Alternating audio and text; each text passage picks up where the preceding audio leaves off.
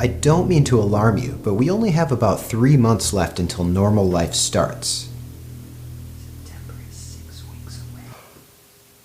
September is only 6 weeks away? Oh my God.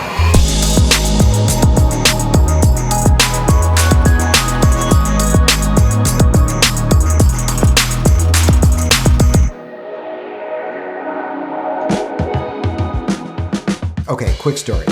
I famously didn't practice at all for the entire summer before I started my job at New World. I won that audition in May of that year, and the season started in September, and I went to a summer festival, and I literally didn't practice once. I did not go to actually do real practicing one time. I was just there to party. I was hiking up mountains and drinking mountain beer and just trying to wake up early enough to get to rehearsal in time. And then when I actually got to New World in the fall, reality hit. My chops had deteriorated pretty significantly, or at least my perception of my chops or my confidence in my chops. And one of the very first things we did, I remember this very clearly, there was a famous timpanist in town listening to us play excerpts. And I got up in front of the other percussionists and this famous timpanist, and I played Lieutenant Kiji, and it was shaky and unclear and inconsistent. The dynamics were wobbly.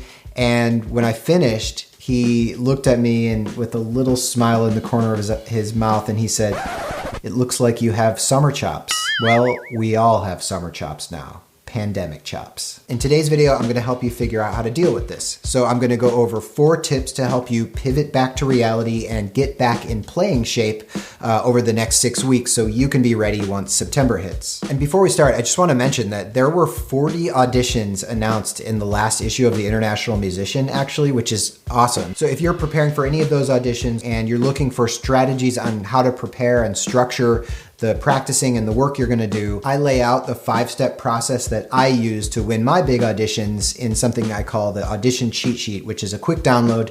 You can get it over at robknopper.com/audition cheat sheet. I'll put a link down in the description. All right, let's get to the tips. So tip number 1, prioritize fundamentals, not repertoire. It can be tempting to be like, I need to make up for lost time. I need to learn the entire Bach sonatas and partitas. I need to start with the chaconne. So if you're regaining lost chops, you need to work from the ground up. Start from scratch again, almost like you're restarting your instrument completely. Diving in head first back into the hardest rep you can find might be a little bit frustrating because of your current limitations. It might bring back some bad habits that you have, like bringing back tension or something like that. Start with the basic building blocks of your instrument, like the absolute fundamental ways that you make tone. These are like the ABCs of your instrument's language. Do simple vocabulary like scales, arpeggios. For string players, the different ways that you can make a sound. For snare drum, for instance, this would be singles, doubles, and buzzes, the basic stroke types.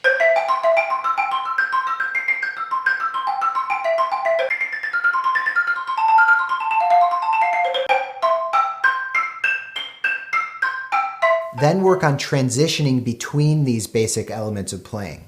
This is like, in the language analogy, combining letters into words, right? So for snare drum, for instance, it's going from one of those stroke types to another. So singles to doubles, doubles to buzzes, buzzes back to singles, something like that. Finally, explore each variable element that you're able to adjust on your instrument. Go through the entire spectrum of dynamic.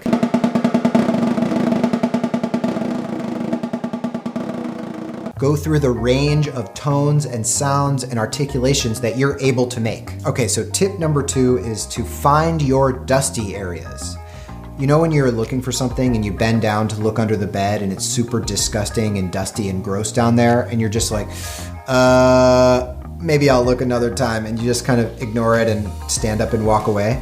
No, you've never done that? Well, anyway, your chops are probably in some state of deterioration, so it's your job now to find the dusty areas and actually bend down and clean them up. So say that I'm working on buzzes, whatever, and I'm going through the entire spectrum of dynamic, right? Very loud to very soft and all the way back to very loud. Some of those spots, after a long break, are gonna come back to me just super easy, like as though I never left. And then some other areas of that spectrum will be awkward and uncomfortable and like, whoa, am I a beginner? Like, whoa. Whenever I come back from a long break, I know that I'm gonna have okay rolls at like forte and pianissimo, but Any louder than forte, I'm gonna start feeling weak.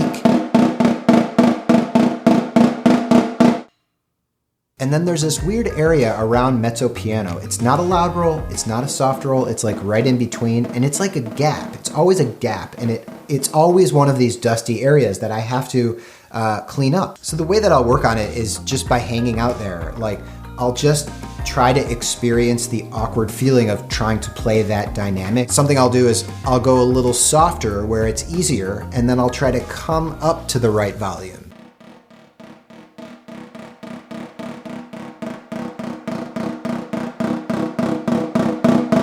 And then I'll try it from the other direction. I'll go a little louder until I find that comfort zone, and then I'll try to sneak down into that awkward area.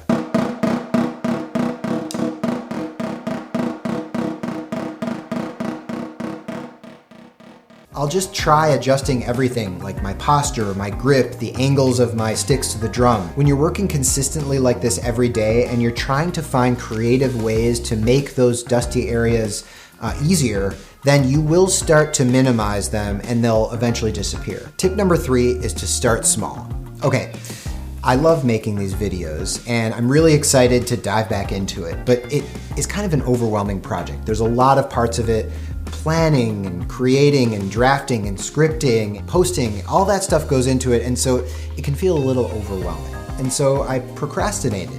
And the way I got myself to do it was I kind of had to trick myself back into it. The first day, instead of like setting my alarm, chugging caffeine, and trying to like power through, marathon through it, I just decided to give myself one small task, one thing. I said, Rob, today, just set up the camera. Put the camera on a tripod and just set it up.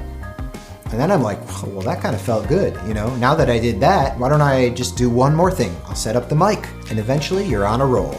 So think of the very first thing, the very first small task that you could do in this project and assign yourself to do just that on one day. Your first task might be just to set up your practice space. It might be to go on the App Store and look for, metronome and tuning apps.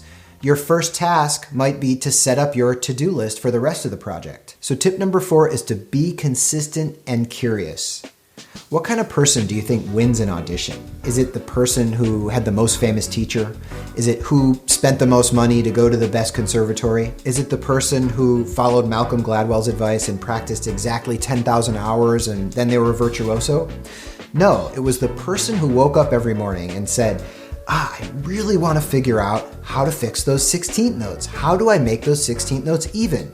And then they obsessed about how to do it all day. They tried everything they could think of until they finally fixed the problem, and then they moved on to the next problem and became curious and obsessed about that. So what you need is a sustained adventure of self-improvement, really. That comes through practicing consistently over time and constantly being curious about how to fix the problems that you're perceiving. So to be consistent, you need to really have a lifestyle of a practicer. So think about practicing right now as your full-time job. So design a daily practice session that you feel like is representative of somebody who is on the path to virtuosity. Create a 2-month practice schedule where you're assigning yourself a certain number of measures every day, or particular assignments that you feel like are representative of what a great player should be doing. And what I mean by being curious is you can't just practice the first page of the standard method book every day and expect yourself to somehow get to where you're trying to go. You're on an adventure, right? You have to constantly be searching for new dusty areas in your technique that you never knew about, or always adventuring towards the next frontier, the next most difficult thing that you haven't been able to do before. You should always be testing out new strategies or methods or practice techniques that might be useful, and you should always be playing for people to get new input and ideas on how to get better. The last thing that I'll say is this. If you feel like you haven't been practicing well over the pandemic, join the club. Every great musician goes through periods of difficult practicing, goes through challenging periods of their life when they're feeling like they're not productive. The best thing you can do if you're feeling that practice guilt is to pivot. The great players don't avoid practice skill. They don't avoid periods of being unproductive.